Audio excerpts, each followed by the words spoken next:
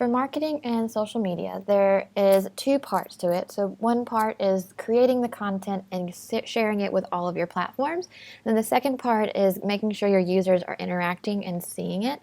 So to begin, you need to organize and have a plan.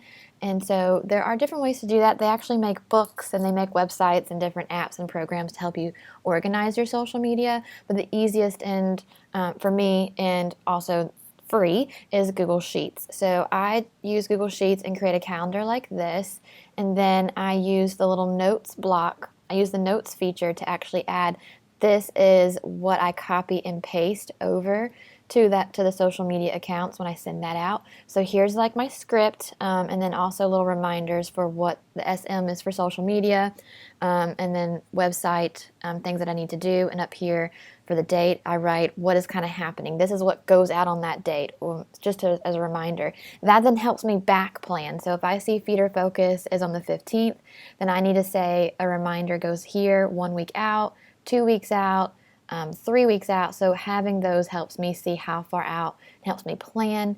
And for me, just personally, I actually color it when I've posted it or when I've planned for it or scheduled it for it to go out. So we're all the way down in February right now, and things that are black are things that I have not posted yet, or scheduled to be posted.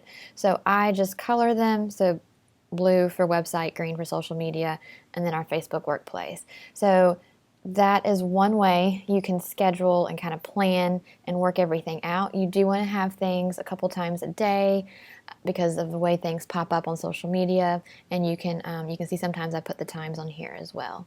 So you want to plan out ahead of time, and then you want to actually create that content. So the best way to create that content is Canva. We highly suggest using the premium version so that you can create these videos and GIFs. So I have a social media folder in Canva, and this is where I create all of the content. And it's really important with Instagram. Instagram accepts pictures and videos, whereas with Facebook and Twitter, you want to use a GIF. You want to use a GIF because the viewer does not have to click play. You want it to play automatically, which is a GIF. Videos, you have to click play. Unless you're scrolling through Instagram, Instagram's designed a little bit differently to have videos play automatically. So that's why you see this, that's why you see it written like that. So I heavily suggest moving content, so videos and GIFs, and then occasional photos. So this is where I make everything in Canva. So now that you've got this, we've got to get it sent to all of your accounts. So we use Hootsuite. I'm going to jump over to today. So things like this, you see that it's green. I'm sending to Twitter, Facebook, and Instagram all at the exact same time. Green means it's already been sent. And then this morning, you can see something was sent.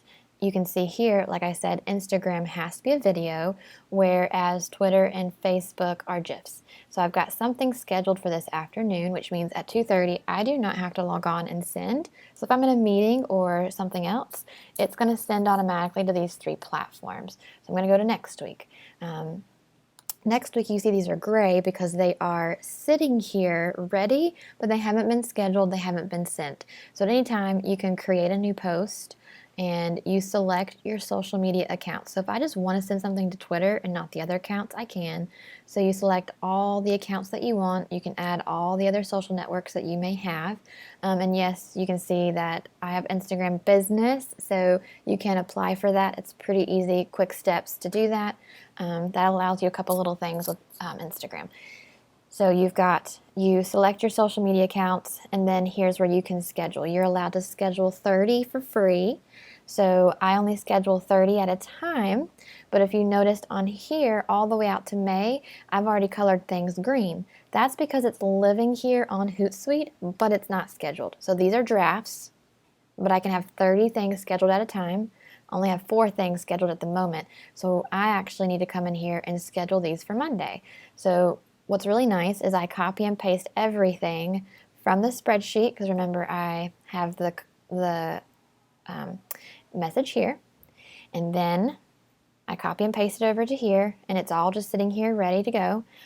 Sometimes you're going to have posts that are going to get posted multiple times, and so the good thing about this is that if I want to reuse this, and this is maybe announcing something that's coming in 2 weeks, I can actually duplicate this and then just change the message to say 1 week and then duplicate it again and say it's today. So it really saves a lot of time. And now that this one's here as a draft, I'm going to edit it. And it's already set for Monday, and I'm going to go ahead and say schedule. So those were GIFs, so those are going to Facebook and Twitter, and then that means I now have to do the Instagram one as well. But again, with that duplicate feature, it makes it a lot quicker and a lot easier. So that is part one, setting out your plan, getting you what your message is going to be, creating all of your content. Visuals are really, really important. You don't want just text. Visuals are what get the attention of the users, and then somehow getting it out to everything. And Hootsuite is a great tool to get it out to all three at one time. Then you have to move on to step 2. Now that everything has been pushed to the social media accounts, the next step is to actually interact with those and make sure that it is coming across to your users. So I find it easier to do it from my phone because as I'm walking around, I can interact throughout the day. One big thing is to go into your Instagram account and to go to your profile and take these things that you're posting and send them to your story. That is where you get the most attention. So to do that, you grab a post like this and then you use the share button and you're going to add it to your story. And it's going to come up like this. What's really nice is that as you move it around, it helps you align it, which is really nice. And you can also change the way it looks. So you want to add that post, and then sometimes people don't know that they can click on it to go read the post. So you can put things like this to tell them to click, and when they do, it'll take them to that post with all the information that you've posted. Or another thing that I like to do is I like to hide it, and then so if you look for like new post, let's see, new post. So you can kind of cover up, there's a couple in here that you'll find some that you can kind of like cover it up so they don't really get to see it, or they kind of halfway see it. And that way they can click on it and go see it. You can also add text and all sorts of stuff. So what you want to do is you want to use these, and then you're going to send it to your Instagram. What I do, and you see in the bottom left corner, it says your stories. It's also going to send it to my Facebook page. So I can send it to my Facebook story. So you can turn that on. I would sync those two. Those are really great, so you don't have to work twice as hard. So you make this post and you send it to your story. And so when you're done, I'm going to discard that one. So when you're done, up here in the top, you see your story, and you can see these I posted earlier. So this is what it looks like. Some examples. So you can also, once you get these posted, you'll see the people who are viewing it. Now, I posted this morning, so you don't get a lot of views in the morning time. However, you tend to see a lot with teachers around lunchtime as they go on their lunch breaks, and then also in the afternoon. And the way your stories work on both Facebook and Instagram is this person who's right here first has posted the most recent story. So what I do is I front load it with a bunch of stories here in the morning when I've got a chance and I've got some time, and then in the afternoon right around 3 o'clock I share one more thing to my story, so that as teachers are finishing work, our little Gaston Digital story pops up right here at the front. So then that is when I will see, I'll see this number. Like right now it says one person has seen the story. It'll go from one story. I'll see one person.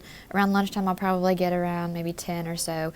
But it's by 3:30, 4 o'clock is when you'll see that number jump up really, really high. That's when teachers start to look at it. They don't tend to, you don't get as much traction by here in the stream. So instead to get a lot of attention, you're going to want to take your content, and send it to your story. Make sure you sync it with your Facebook page so that you don't have to work twice as hard. So if I go over to Facebook, you can see right there it says story, and it's got my stories. So again, same thing. So sync those two. I also prefer to do Twitter from my phone so that I can retweet stuff very quickly and tag people. And then you're also going to want this repost app and the boomerang app. You'll need those two for Instagram. So that is how I use it on my cell phone after everything's been posted. So you've got two parts. Part one, posting content and getting your content out. And then your second step is really getting it to where users see it and those interactions. So really big with Instagram, big with your stories, and tagging and retweeting on Twitter.